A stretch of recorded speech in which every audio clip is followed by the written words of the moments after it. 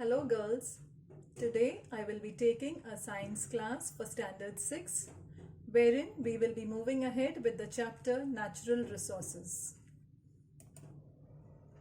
You have already seen that air, water and land are the three important natural resources. In today's session, I will be focusing on the second natural resource, which is water. Our planet Earth is known as the blue planet because 71% of Earth is covered with water. It is almost impossible for us to spend even a single day without water. When I say us, it is not only we human beings, but all living organisms require water for their body to function smoothly. This is because the blood of animals or the sap of plants have a very high proportion of water content in it. So, no living thing can survive without water. Hence, it is very rightly said that water is life. Now, let us see what is water. That is, how is water formed? Water is formed from two gases, that is hydrogen and oxygen. Capital H stands for hydrogen and capital O indicates oxygen. These are the two gases which combine chemically. That means they undergo a chemical reaction and result in the formation of a new substance which is in the liquid form, which is known as water. Water is, the molecular formula of water is H2O. So this indicates water. Now let us move on to see some of the properties of water. All of you all know the properties of water. That is, water does not have any color, it does not have any odor, nor does it have any taste. So I can say that water is colorless, odorless and tasteless. Now, if you take a glass of water and add some salt to it and stir, what will happen after some time? Yes, the salt dissolves in water. Water has the ability to dissolve many substances in it.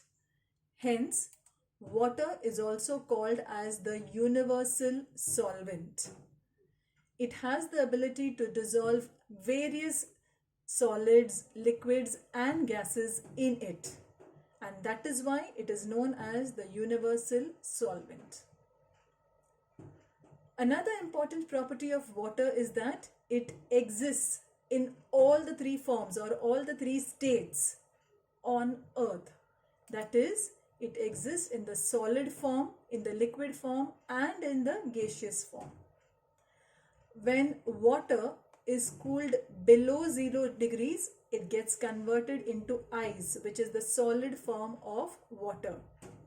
So those regions which experience extreme cold climate, that is where the temperature goes below 0 degrees, you will find ice existing in the solid form. Like the polar regions or the glaciers in the Himalayas, all this is ice or water in the solid form. In the liquid form, you have seen the various water bodies. Then in the gaseous form, water vapor which we have in the atmosphere is the gaseous form of water. So I can say that water exists in nature in the solid, liquid and gaseous form. Now, although we know that 71% of Earth is covered with water, it is not possible for us to use this entire 71%. The reason?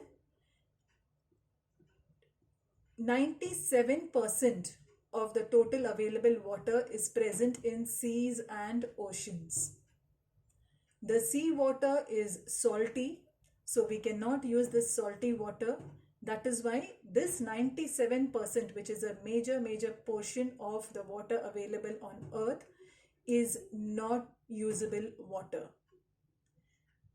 Out of the remaining 3%, 2.7% of water is either in the form of groundwater or in the solid form in the form of ice.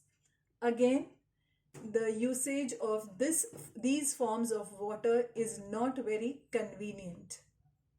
So what we are left with is 0.3%, which is known as the fresh water or the usable water.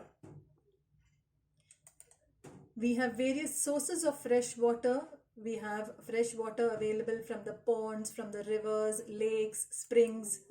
But the major source of fresh water is the water cycle. You have already studied about the water cycle in detail in your lower classes. That is, when the sun's rays fall on any water body, the water evaporates and gets converted into water vapor, which moves up. It undergoes condensation, forms clouds. These clouds then undergo precipitation and they come down in the form of rain. So I can say that rainwater is the major source of fresh water. Now, water has got various uses in our daily lives. Here you can see some of the uses. Water, of course, it is used for drinking. Apart from that, it is used for bathing, watering plants, cooking, and various other uses. Water is also used in various industries. So it has got industrial use as well. Now we see that although we have water available on the earth, because it is freely available, we do not value it. You can see that because of various human activities, the water bodies are getting polluted. And the human beings are not paying enough attention to this water pollution. If this goes on, we will not be left with any water or any usable water on earth.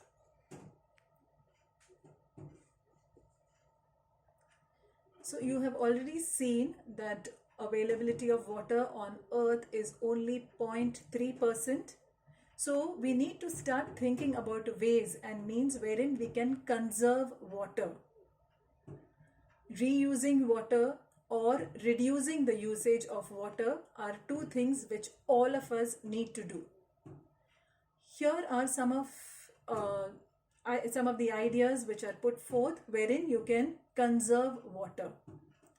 Here you can see that whenever you have to wash fruits or vegetables, instead of washing it directly under the tap water, what you can do is collect water in a bowl or in a bigger vessel and immerse the fruits and vegetables in it and wash them. After the fruits and vegetables are washed, this water which is left can be used to clean or wash your wash basins or wash cars and other vehicles. There are other tips which are given, that is the ice cubes. The leftover ice cubes can be used to water plants. Similarly, water which is left given out from washing machines or ROs can be used to wash cars, bikes, or it can be used to flush the toilets. In the bathroom also, wherein usage of water is very high, we can try ways wherein you can reduce the usage of water. Firstly, when water is not being used, turn off the tap. Don't just let go, or don't just waste water. Secondly, opt for a bucket bath. And the most important thing is use only that much water which is required. Don't tend to overuse water just because water is available to you. There are various villages in India wherein water supply is not available. They have to walk various kilometers to get water. So we need to value the water which is so easily available to us.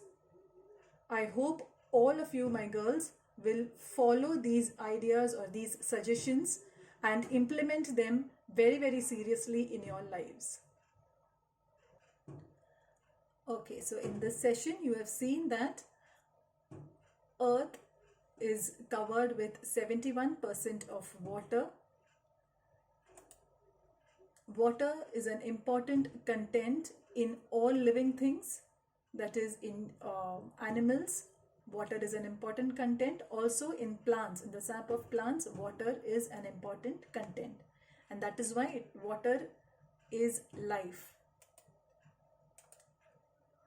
Water is obtained by the chemical combination of two gases, that is hydrogen and oxygen, combined together chemically and result in the formation of water. Water is a colorless, odorless and tasteless substance. Water has the ability to dissolve various substances, because of which it is known as a universal solvent.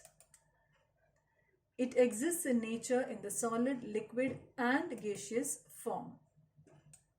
The distribution of water bodies on Earth: 97% of the available water is in the seas and oceans.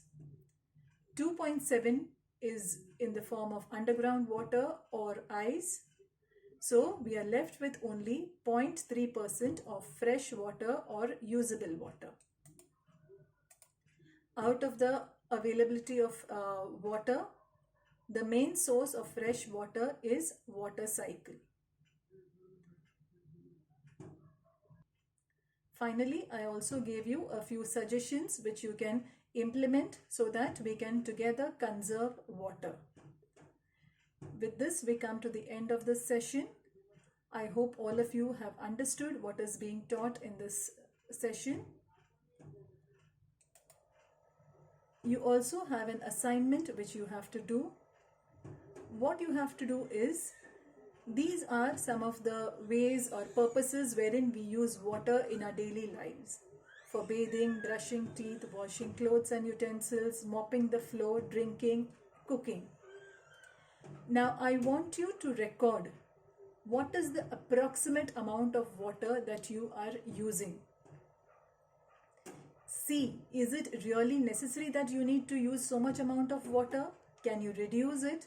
So record it for a week and see that are you trying to reduce the usage of water. I really hope that all of y'all do this assignment sincerely and follow the ways and means wherein you can reduce the use of water. You can do this assignment on a foolscap paper and file it and submit it to your teacher when we meet. Okay girls, thank you.